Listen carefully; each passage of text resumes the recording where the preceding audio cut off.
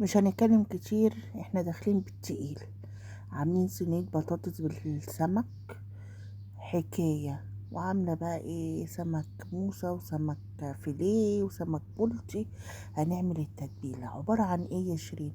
معلقتين توم، كمون، شطة، ملح، شوية خل، شوية مية عشان يظبطوا حياء الايه، الملح والخل. قلبي كل الحاجات الحلوة دهيت مع بعضيها واديها عصرة ليمون يا فوزية. وما تنسيش لايك وتصلي على يشفع فيك يوم الدين، وتشجعيني كده بكومنت حلو تعرفين انت من انهي مكان. تمام، ويلا بينا نبدأ الحلقة بتاعتي. هنبدأ بقى نملح السمك بتاعنا. انا طلعت على قد يا جماعة. تمام. والباقي ما بغسلهوش وبحطه كده بزفرته بطينته بعبله. تمام، بنضفه بس وبحطه في كيسين وفي الفريزر بحطه. وقت ما بعوز بطلعه اكني لسه صابح. معايا البطاطس، قطعت بطاطستين مع فلفل الوان مع بصلايه مع شويه توم مع شويه كزبره ناشفه مع شويه كمون مع شويه شطه مع شويه ملح. وقلبي كل الحاجات وبهارات سمك.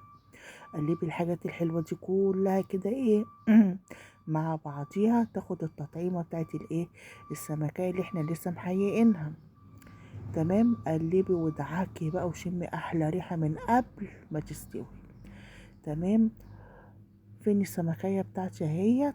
هنحشيها كده كام فلفلاية على بصلاية كده منين، من الحشوة اللي في الصينية. عندك الورق الفويل بتاعك.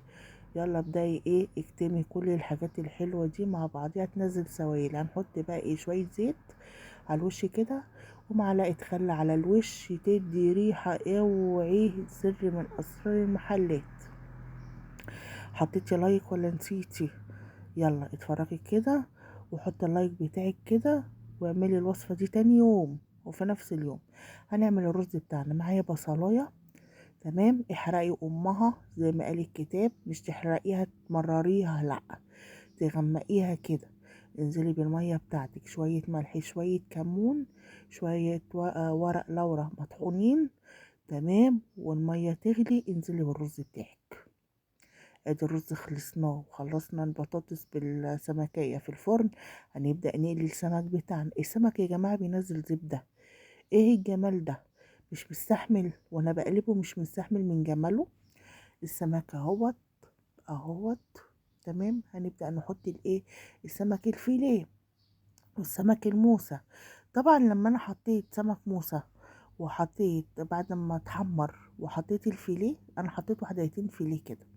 لقيته كده ليه طريقة تانية أنا عملتها بيها برضك. يعني الطريقة دي كويسة والطريقة دي برضك كويسة. الطريقة اللي أنا بعملها دلوقتي، معايا نص كوباية دقيق مع شوية شطة مع شوية كمون، ونحط عليهم كوباية مية أو كوباية إلا ربع مية، وقلبي كده لغاية ما يكون السمك معقول، مش تقيل ولا خفيف.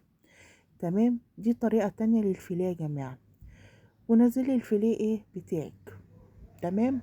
الطريقة دي عجبتني عن اما حطيته في الدقيق وحطيته على طول في الزيت. دي احلى، دي طلعت مقرمشه. تمام. لما حطيته في الزيت على طول لقيته طري برضك، مش مش مقرمش. تمام، اعتمدت انا القصه دهيت. يعني انا جربت في 2 فيليه في الزيت قليتهم عادي زي سمك، لقيتهم طراي. لما اعتمدت الطريقه دي لقيتها احسن، لكن جايباه بالظبط من بتاع سمك. ادي طبق السمك بتاعي حكاية. سمك موسى الفيليه، سمكتين البولتي بتوعي. ريحة الشقة كانت وهم. والرز اهوت. وادي البطل بتاعي النهاردة صينية البطاطس بالبوري. حكاية بتتحدث عن نفسها. طبعا انا ماسكة الكاميرا بصور وبوريكم اللي الاكل بالايد التانية مستوي. مش عارفة اظبط الكاميرا. اعرفوا اللي انا بتعب في المحتوى. ما تبخليش عليا بلايك وكومنت حلو وتصلي على يشفع فيك اليوم الدين. وقولي لي ايه رايك في الاكله الحلوه دهيت. تشرفتوني ونورتوني، يا رب اكون عند حسن ظنكم يا رب. ودمتم في حياتي صحه وعافيه. دمتم احسن ناس في حياتي. باي باي.